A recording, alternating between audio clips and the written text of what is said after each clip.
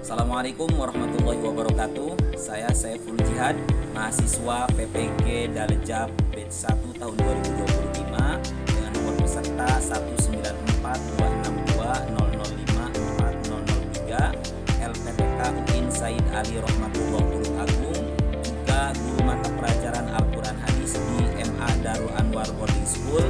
Pada hari ini 8 Mei 2025 akan melakukan uji kinerja di sekolah kami tercinta. Selamat menyaksikan. Assalamualaikum. Waalaikumsalam warahmatullahi wabarakatuh. Kelas 10. Alhamdulillah pagi ini kita bertemu kembali.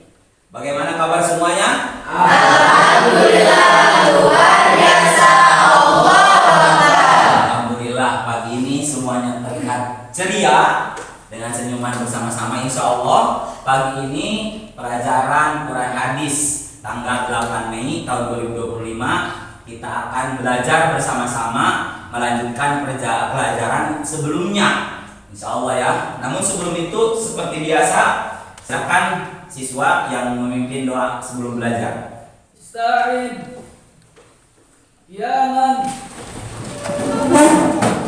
salaman. Assalamualaikum warahmatullahi wabarakatuh. Waalaikumsalam warahmatullahi wabarakatuh. Jurusan doa.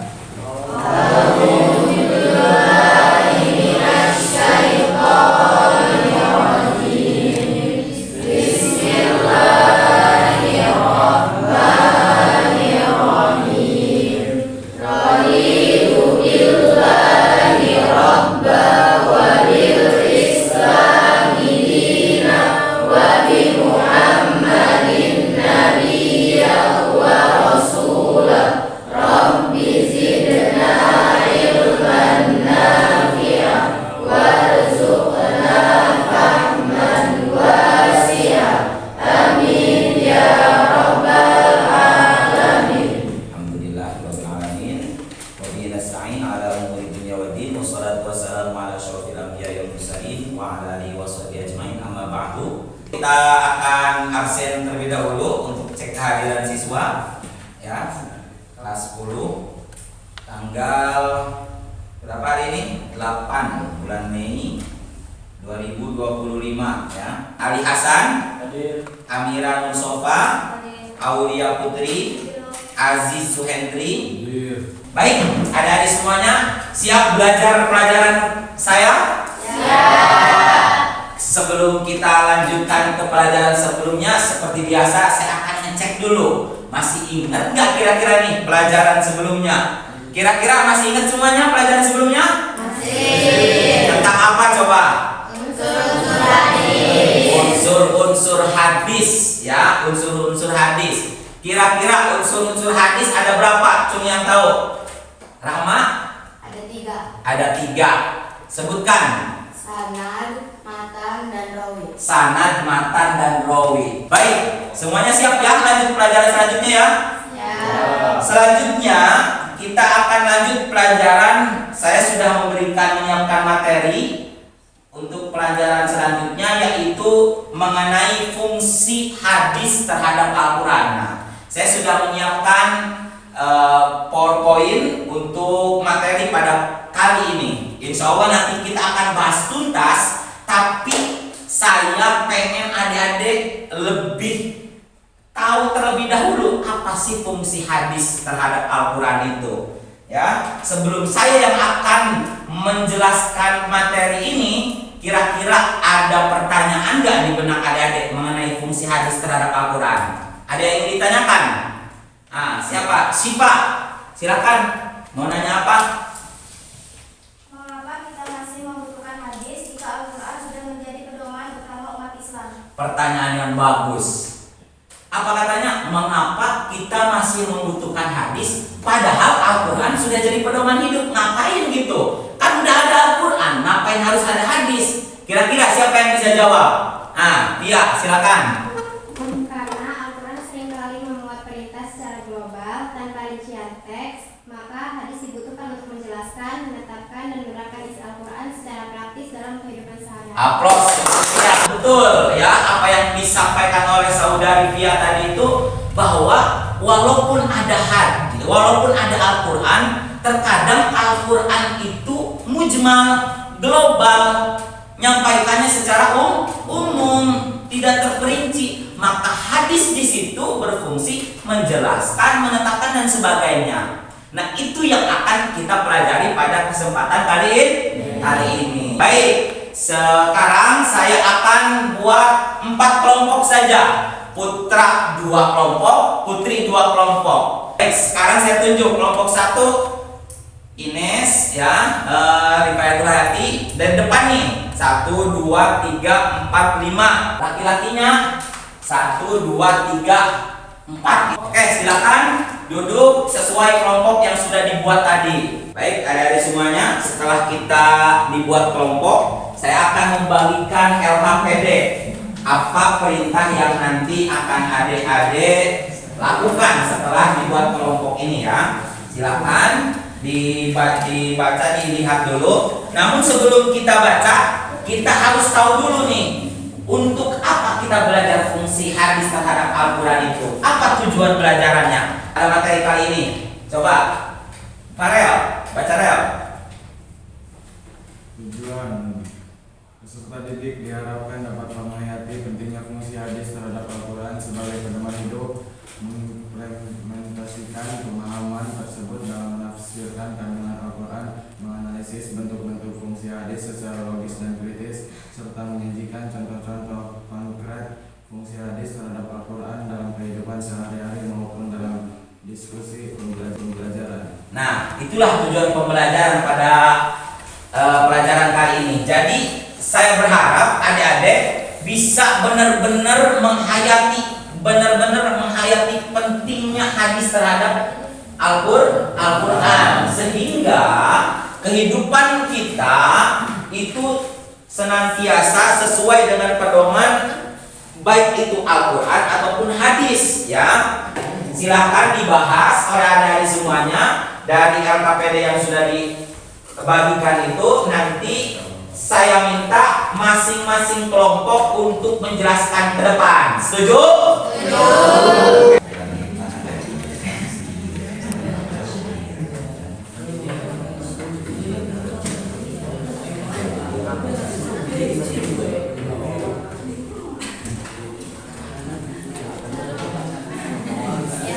Paham ya? Gimana laki-laki? Ada yang mau ditanyakan? Paham ya dengan tugasnya ya?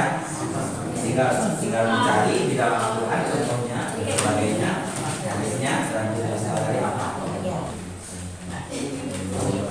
Gampang. Sama seperti pelajaran sebelumnya. Yang penting kita baca dulu, cermati dulu apa tugasnya gitu. Nanti silakan. Saya kasih waktu 15 menit ya, 15 menit cukup. Nanti kita diskusi per kelompok 5 menit ya. Gitu. Oke, anak-anak, gimana, sudah siap semuanya? Siap ya. Baik, kita akan menyaksikan teman-teman kita dari masing-masing kelompok untuk menjelaskan. Nanti kalau misalkan ada yang perlu ditanyakan, silakan tanyakan. Oke, bisa dipahami? Bisa. Baik. Mungkin di dalam Al-Quran masih bersifat umum, sedangkan dalam hadis diperinci dan didetailkan serta mentekniskan apa yang tidak dijelaskan dalam Al-Quran. Nah, contoh hadis sebagai bayanan tafsir adalah penjelasan Nabi Muhammad SAW mengenai hukum pencurian. Mungkin hanya itu. Apakah ada yang ditanyakan? Iya kan? Saya Ya, izin silakan. bertanya, kami dari kelompok 2, adakah contoh lain dari bayan tafsir? Jelaskan. Ada dalam Quran surat Al-Hajj ayat 27, serukanlah kepada manusia untuk berhaji. Ada pula hadis dari Nabi Muhammad SAW, ambillah dariku tata cara manasik haji kalian. Hadis riwayat Muslim. Fungsi hadis al-bayan tafsir menjelaskan tata cara haji, yaitu hadis menafsirkan dan menjelaskan pelaksanaan rukun dan wajib haji. Menetapkan juga memperkuat dari apa yang sudah diterangkan dalam Al-Quran. Di sini hadis berfungsi untuk membuat kandungan Al-Quran semakin kokoh dengan adanya penjelasan hadis tersebut. Contoh fungsi ini seperti sebuah hadis yang menjelaskan firman Allah Subhanahu wa taala dalam Quran surat Al-Baqarah ayat 185. Mata kaki. Baik, penjelasan di sini kami sudah selesai. Kami akan melanjutkan di sesi tanya jawab. Oke teman-teman, silakan yang ingin bertanya. Banyak kan ya? Oh, banyak kan sepertinya yang menarik ini materi sekarang. Oke, karena saya laki-laki, saya jadi ini teman saya. Ya. Oke, mana? Silakan ke kelompok berapa? Assalamualaikum warahmatullahi wabarakatuh. Saya dari kelompok 4 izin bertanya. Ada gak kira-kira contoh lain dari bayat takrir? Oh, mantap. Pertanyaan yang Oke, siap. ada kok, yaitu Quran surat Al-Baqarah ayat 183, diwajibkan atas kamu berpuasa. Hadis Nabi Muhammad SAW, Islam dibangun atas 5 perkara dan puasa di bulan Ramadan. Hadis riwayat Bukhari dan Muslim. Fungsi hadis bayan at-takrir menegaskan kewajiban puasa. Sebagai penjelasannya, hadis menegaskan bahwa puasa Ramadan adalah rukun Islam sesuai dengan ayat Al-Quran. Materi kali ini kira-kira masih ada nggak yang pengen ditanyakan sama anak-anak? Kira-kira acungkan tangan? Oke, masih banyak yang bertanya ini. Sepertinya pada pengen paham banget. Silakan Rama. Baik, saya ingin bertanya, adakah contoh hukum Islam yang tidak dijelaskan dalam Al-Quran tetapi ditetapkan melalui hadis?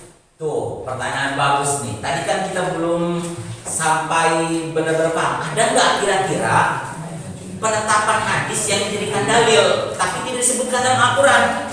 Sebelum saya jelaskan, ada yang mau jawab? Oke, banyak juga nih para paham. Ayasan apa ya? Perluan lagi ya. Ayasannya, silakan. Rani.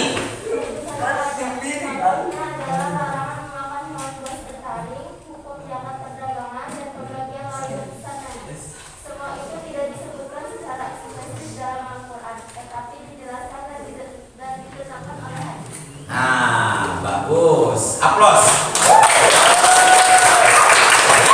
Pada pembahasan kali ini bahwa fungsi hadis terhadap Al-Quran itu ada tiga.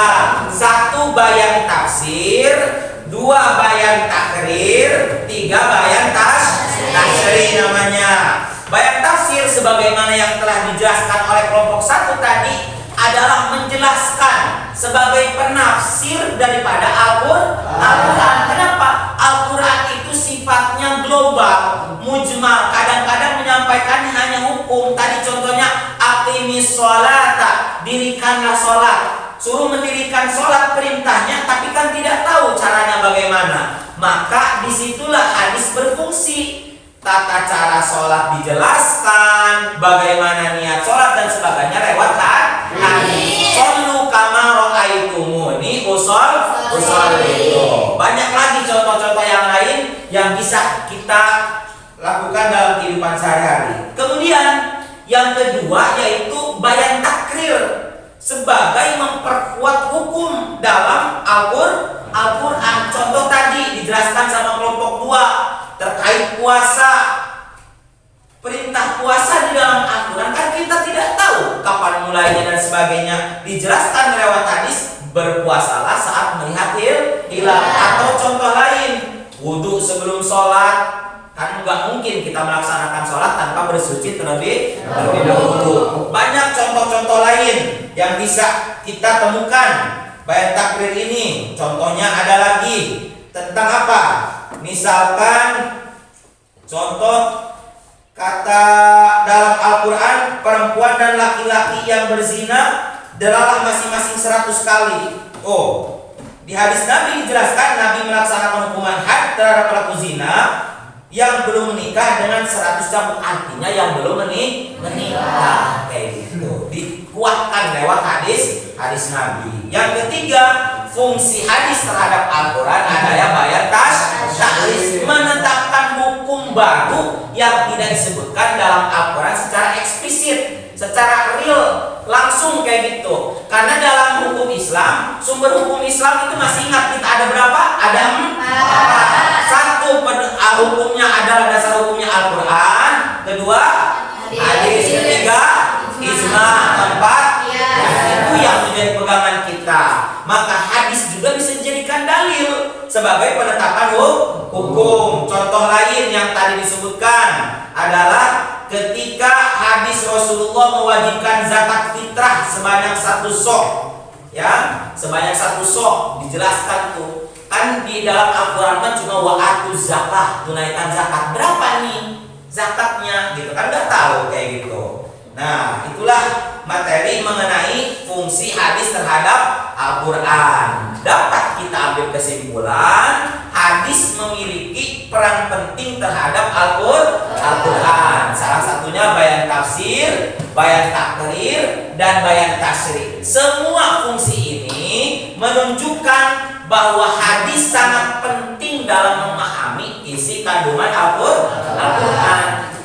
Itulah pentingnya kita belajar hadis. Maka dalam pembelajaran Al-Quran hadis, kita tidak cukup dengan belajar Al-Quran saja, harus belajar hadis juga biar kita jadi ahli faqih dalam agama.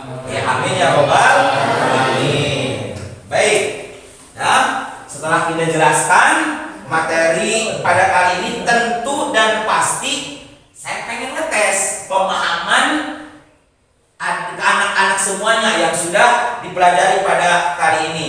Saya akan memberikan soal kepada kelompok, silahkan dijawab ya sesuai dengan pemahaman masing-masing. Saya akan bagikan ya kepada kelompok semuanya. Kelompok 1, kelompok 2, ya, kelompok 3, kelompok 4 ya. Saya akan bagikan. Nah, di situ ada 5 soal yang akan dijawab oleh anak-anak semuanya. Silakan, saya kasih waktu 5 menit. Satu soal 5 menit. Ya, silakan dijawab. Nanti saya akan kumpulkan kembali sebagai review ya pembelajaran pada hari ini.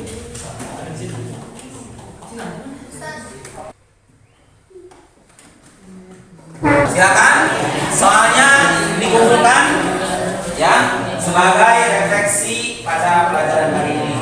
Ya.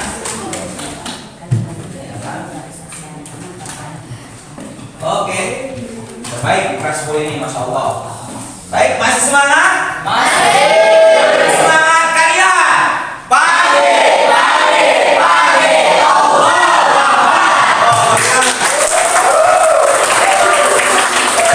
Terasa ya belajar sampai terakhir, ternyata kelas ini benar super energik. Ya.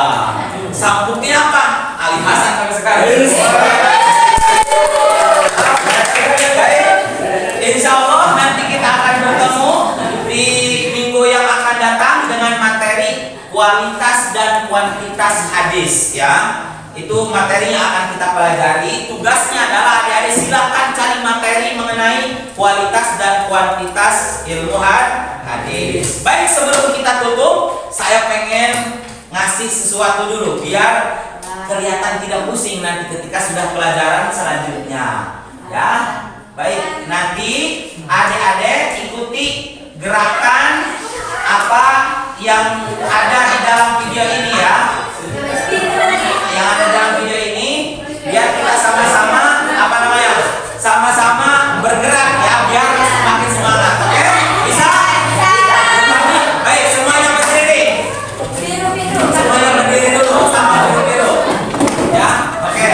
Wah, terlalu semangat sepertinya. Baik. Semuanya harus ikuti apa yang ada di dalam video ini. Ya, oke? Ya, 1, 2, 3. Nah, musik. Suaranya dulu, suaranya. Oke. Udah maksimal? Oke. Ya.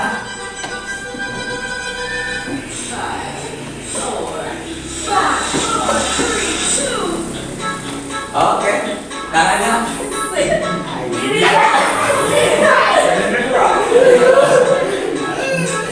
Ini dah putar tangannya. Ya.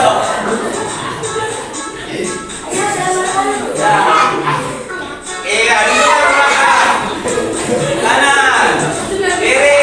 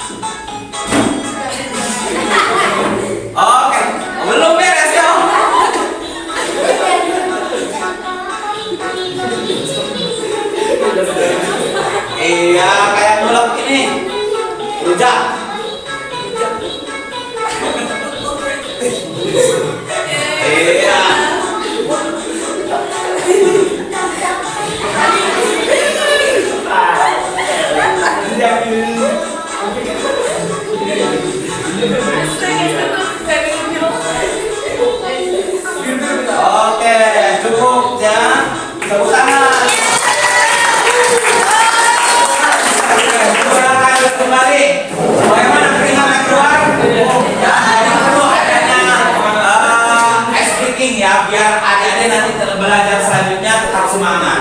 Baik, sekali lagi saya ucapkan terima kasih atas segala perhatiannya yang sudah diberikan, dan saya juga mohon maaf apabila pada pertemuan kali ini kurang begitu maksimal. Insya Allah nanti kita akan bertemu di pertemuan yang akan datang.